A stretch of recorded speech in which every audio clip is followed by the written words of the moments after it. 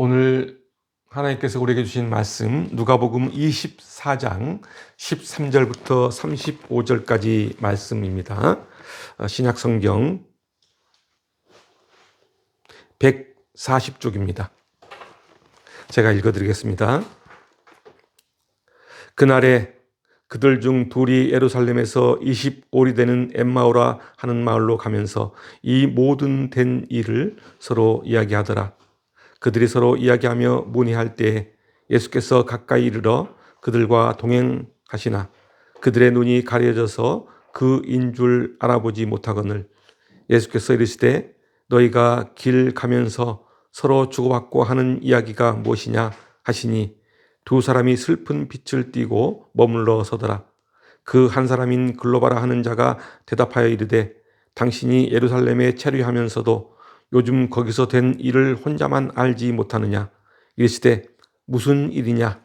이르되 나사렛 예수의 일이니 그는 하나님과 모든 백성 앞에서 말과 일에 능하신 선지자이거늘 우리 대제사장들과 관리들이 사형 판결에 넘겨주어 십자가에 못 박았느니라.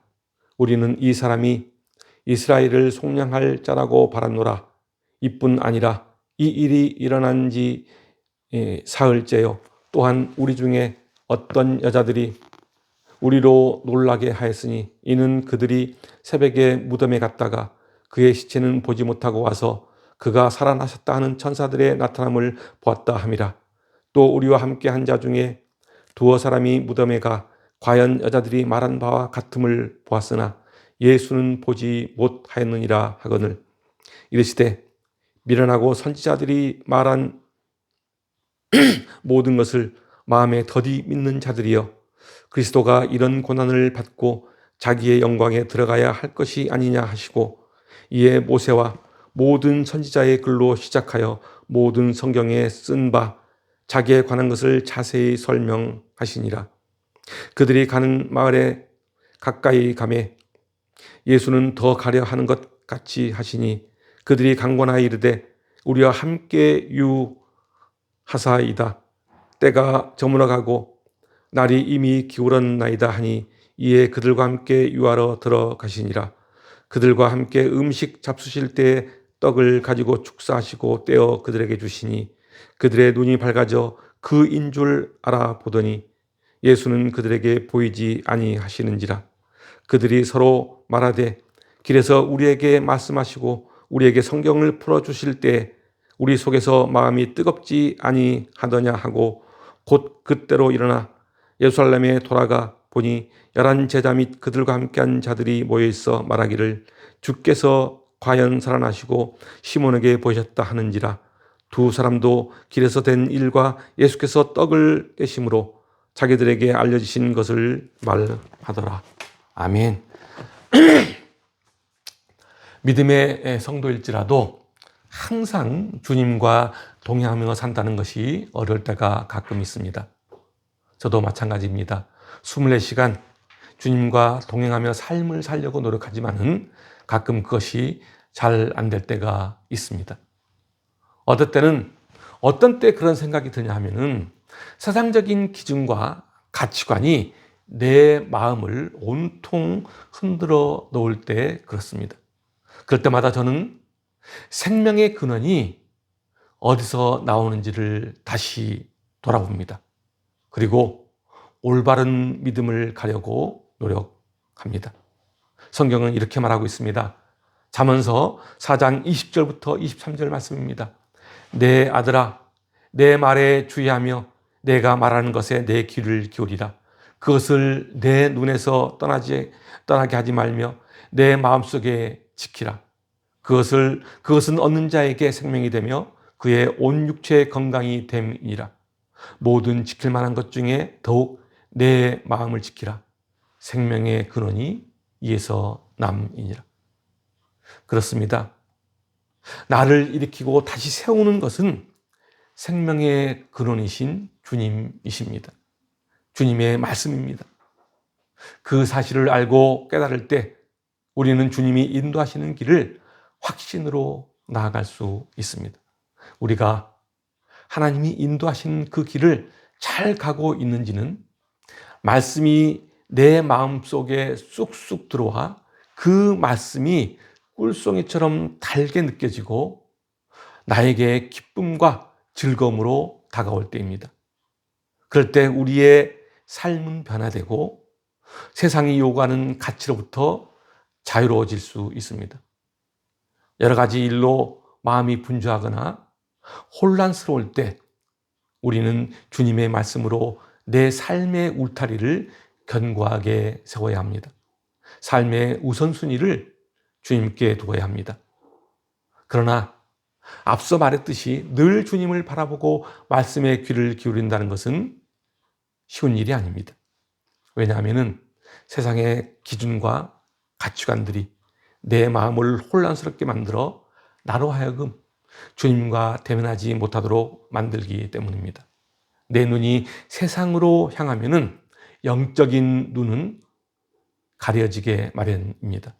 그래서 주님을 제대로 알아보지 못합니다. 주님이 나와 동행해도 그것을 알아차리지 못합니다. 오늘 본문은 엠마오 도상에서 부활하신 예수님이 두 제자에게 나타난 사건에 대해서 기록하고 있습니다. 이 두 사람은 예수님의 생전에 예수님과 깊은 교제를 나누었던 제자들입니다.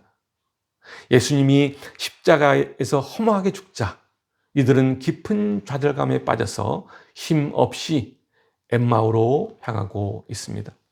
그때 이들에게 부활하신 주님이 나타나십니다.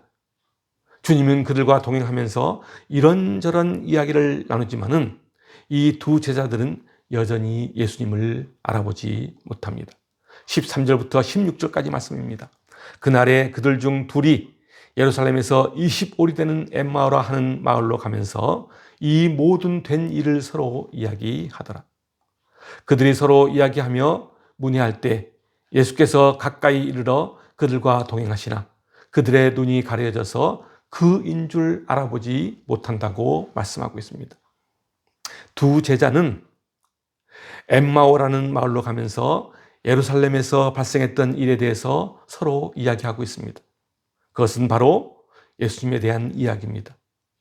아마도 그들은 예수님에 대한 모든 이야기, 즉 예수님의 성전 정화 사건, 그리고 예수님의 순환과 십자가의 죽음, 그리고 빈 무덤과 부활 사건에 관하여 끊임없이 이야기했을 것입니다. 이런 이야기를 하면서 길을 걷고 있는데 그때 예수님께서 그들과 동행하며 함께 이야기를 나눕니다. 분명 그들은 예수님의 제자들이었습니다.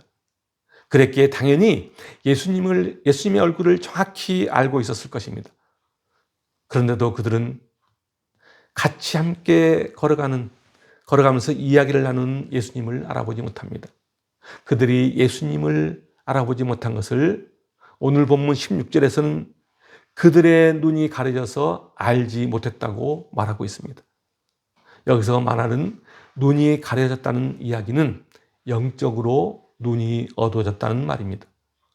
영적으로 눈이 어두워졌다는 말은 이들의 마음과 생각이 닫혀 있다는 말이기도 합니다.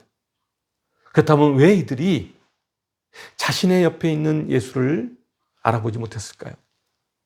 왜냐하면 이 두 제자들은 예수님이 단지 십자가에 돌아가셨다는 사실만을 생각했지 정작 예수님께서 제3일에 다시 살아나야 하리라 라는 그 예언의 말씀을 기억하지 못했기 때문입니다. 다시 말하면 이들이 이렇게 예수님을 알아보지 못한 것은 첫 번째로 예수님의 부활을 믿지 못하는 불신앙의 상태라는 것을 말하는 것이요. 두 번째는 영적인 눈이 가리워진 무지의 상태라는 것이며 세 번째는 이들의 의식과 시각이 전혀 변화되지 않았음을 보여주는 것이라고 할 수 있습니다. 그렇습니다. 불신앙과 영적인 무지와 의식과 시각이 변화되지 않으면 우리는 예수님을 알아보지 못합니다. 그래서 마음의 눈이 열리고 믿음의 눈이 열리는 것은 대단히 중요합니다. 영적인 눈이 열리면은 우리가 바라보는 시각이 달라집니다. 시각만 달라지는 게 아닙니다. 우리의 의식도 달라집니다. 이렇게 달라진 의식과 시각은 삶을 살아가는 태도를 다르게 만듭니다. 그리고 달라진 태도는 결국 삶의 변화를 가져오게 된다는 것입니다. 우리 기독교가 전하는 가장 핵심적인 메시지 중에 하나가 바로 당신은 변할 수 있다는 것입니다. 변하여 새 사람이 될 수 있다는 것입니다. 그런데 정작 우리 인간은 자기 자신의 힘으로 변할 수 있는 존재가 아닙니다. 우리는 흔히 이런 이야기를 합니다. 나이가 들면은 어른이 되어야 하는데 꼰대가 된다고 말들을 합니다. 꼰대가 무엇입니까?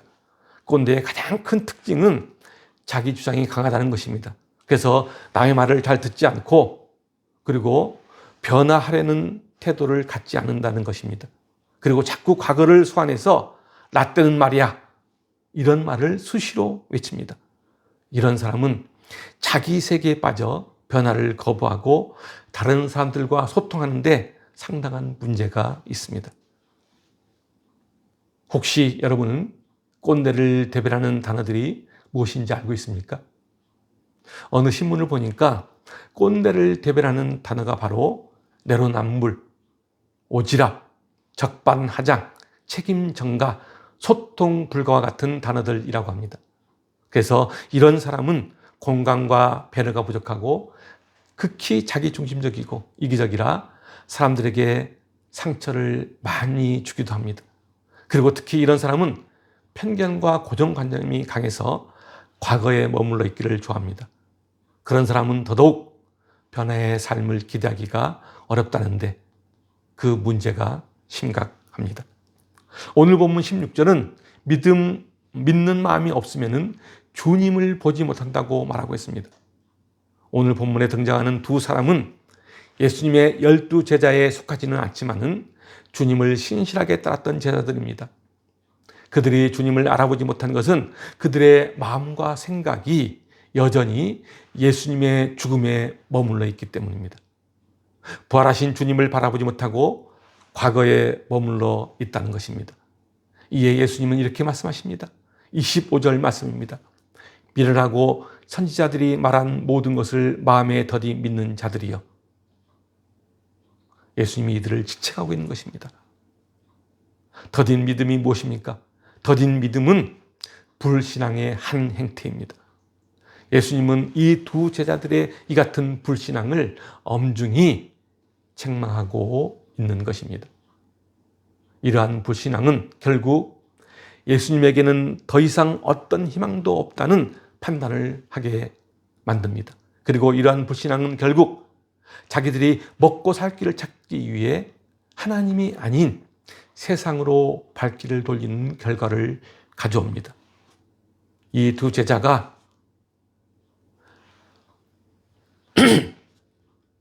엠마오로 돌아가는 그 과정을 보면 알 수 있습니다. 저는 종종 전도를 하다 보면 이런 사람들을 만나봅니다.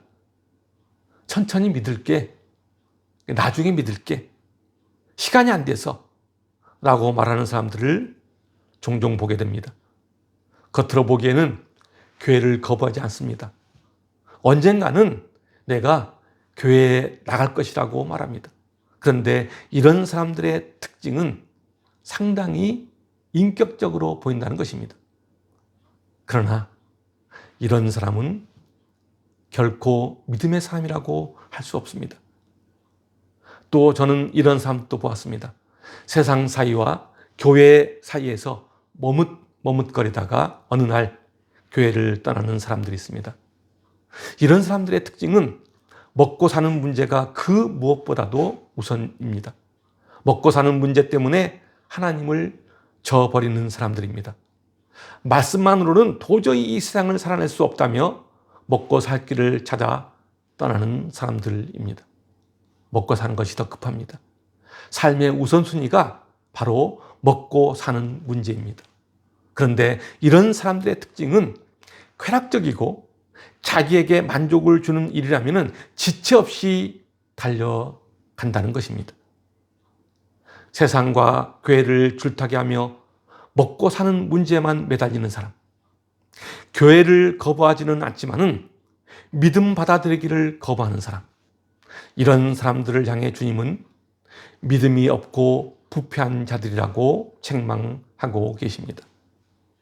이런 사람들은 겉으로 보기에는 도덕적이고 인격적인 사람으로 보일지는 모르지만은 사실은 인격이 병들고 가치관이 타락해 있는 사람들이라고 볼 수 있습니다.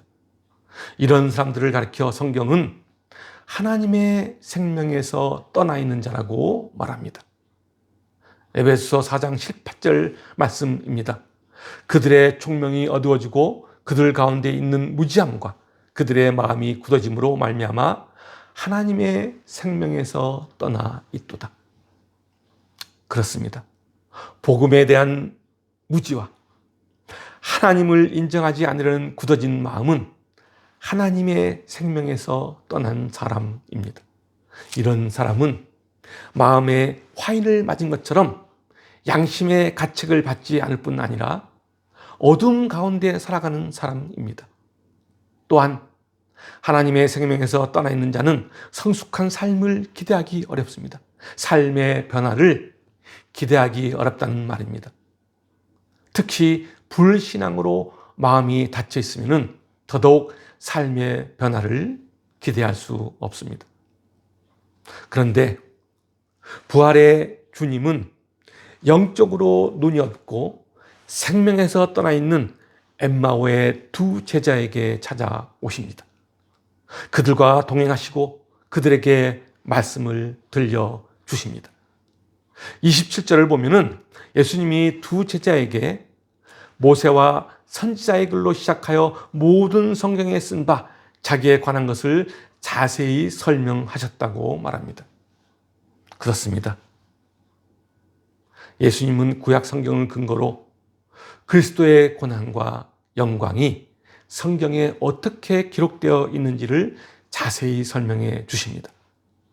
그런데도 그들은 예수님을 알아보지 못합니다. 예수님과 직접 대화하고 직접 바라보고 있음에도 알아보지 못하고 있는 것입니다. 참으로 안타깝습니다. 그런데 우리는 이것을 확실히 알아야 됩니다. 확실히 인식해야 됩니다.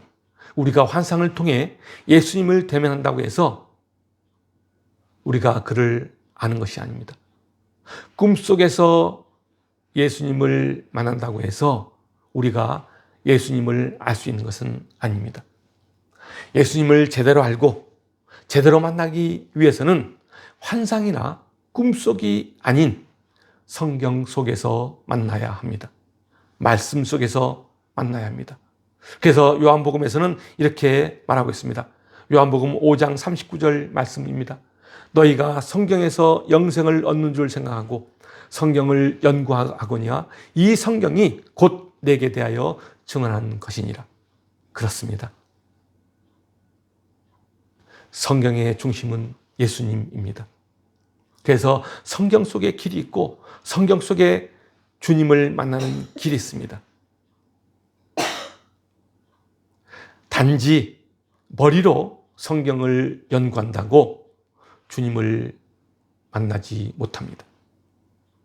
성경 속에 주님의 인격이 있고 성경 속에 우리를 향한 주님의 사랑이 있으며 성경 속에 주님의 생명이 있습니다. 마음을 비우고 성경 속에서 주님을 만나야 됩니다. 주님은 그 인격과 그 사랑과 그 생명을 우리가 마음을 비울 때 우리에게 그것을 공급하십니다. 오늘 본문 30절과 31절을 보면은 이렇게 말씀하고 있습니다. 그들과 함께 음식 잡수실 때 떡을 가지사 축사하시고 떼어 그들에게 주시니 그들의 눈이 밝아져 그인 줄 알아보더니 예수는 그들에게 보이지 아니하시는지라. 예수님이 두 제자와 음식을 잡수실 때 떡을 가지고 축사하신 후에 그들에게 나누어 주셨다고 말합니다. 그러자 문득 영적인 눈이 밝아지면서 자신들과 함께 식사하는 분이 부활하신 예수님이라는 것을 알아보게 됩니다. 그때 예수님은 사라지고 보이지 않습니다. 이들에게 새로운 세계가 열린 것입니다. 새로운 세계를 향한 눈이 열린다는 것은 내 의식과 시각이 변화되는 것을 말합니다. 내 의식과 시각이 변화되는 가장 중요한 역할을 하는 것이 바로 말씀입니다. 32절을 보면은 그들이 서로 말하되 길에서 우리에게 말씀하시고 우리에게 성경을 풀어주실 때에 우리 속에 마음이 뜨겁지 아니하더냐라고 말합니다. 예수님이 성경을 풀어주실 때 자신들의 마음이 뜨거워졌다는 것을 서로 나누고 있습니다. 주님이 풀어준 말씀을 통해 눈이 밝아지고 심령이 변화된 것입니다. 그리고 그들은 다시 예루살렘으로 돌아갑니다. 예루살렘으로 돌아갔다는 이야기는 자신들의 잘못을 깨닫고 회개하였음을 의미합니다. 그렇습니다. 주님은 성경을 통해 우리에게 역사하시고 우리의 의식과 시각을 변화시켜 주십니다. 또한 우리의 삶을 새롭게 해 주십니다. 성경을 통해 우리의 시각과 의식이 변화되면은 지금까지 내가 매달렸던 세상적인 것들이 아무것도 아니라는 생각을 가지게 됩니다. 그리고 서서히 새로운 세계를 향한 눈이 열리기 시작합니다. 영적인 무지로부터 벗어나 영적인 눈이 열리게 되는 것입니다. 그럴 때 우리는 새로운 변화의 삶으로 한 걸음 한 걸음 나아가게 되는 것입니다. 오늘 본문 엠마오로 가던 두 제자 이야기는 눈을 들어 부활의 주님을 바라보게 하고 그분의 말씀이 얼마나 중요한지를 깨닫게 합니다. 성경의 말씀이 얼마나 중요하고 성경의 말씀이 우리에게 얼마나 삶을 가치 있게 만드는지 알려주고 있는 것입니다.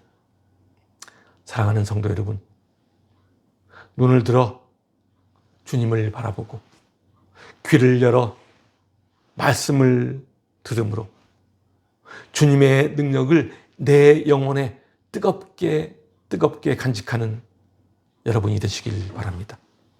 그래서 여러분 모두가 생명된 삶으로, 변화된 삶으로 주님의 축복을 누리는 아름다운 인생이 되시길 주님의 이름으로 축원드립니다. 기도하겠습니다.